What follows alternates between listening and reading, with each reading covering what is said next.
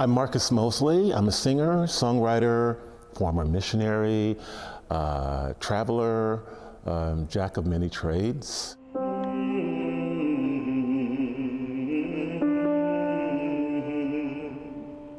I were to say one thing, I'm just a person who's committed to sharing love and humanity and empathy, encouraging people to care about other people through my music. We call it Revelations because it's transgenerational. I'm representing sort of the older generation. I'm 70 years old. So I'm sort of representing the older generation and the foundations of the music from Africa, from the slave period, from the civil rights era. I want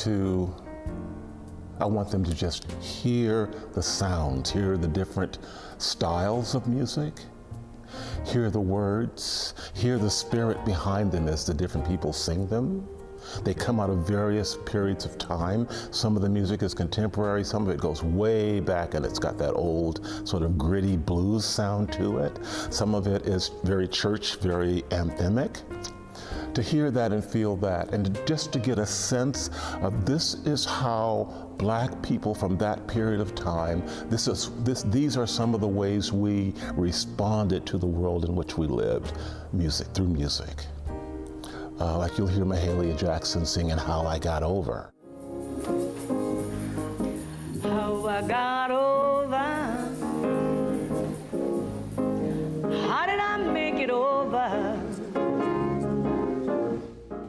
It's about no matter what comes into your life, God will help you get through it. And then at the end of your life, you'll look back over your life and think, my soul looks back and wonder how I got over. I've got songs like the Alabama Bus, which is talking about the experience of being told to go to the back of the bus and how people dealt with that.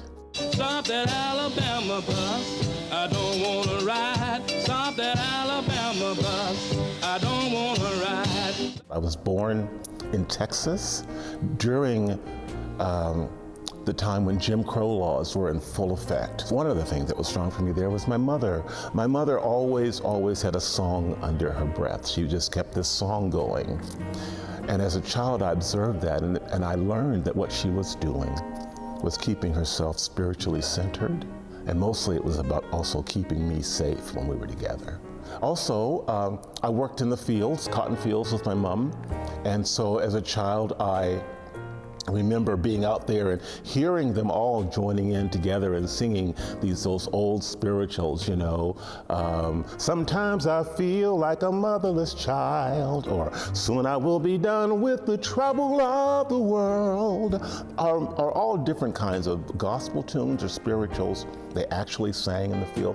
Black history doesn't just start with slavery. Black history is rich and full.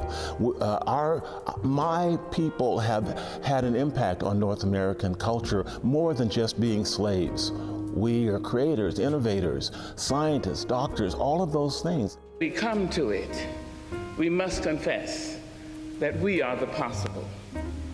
We are the miraculous, the true wonder of this world.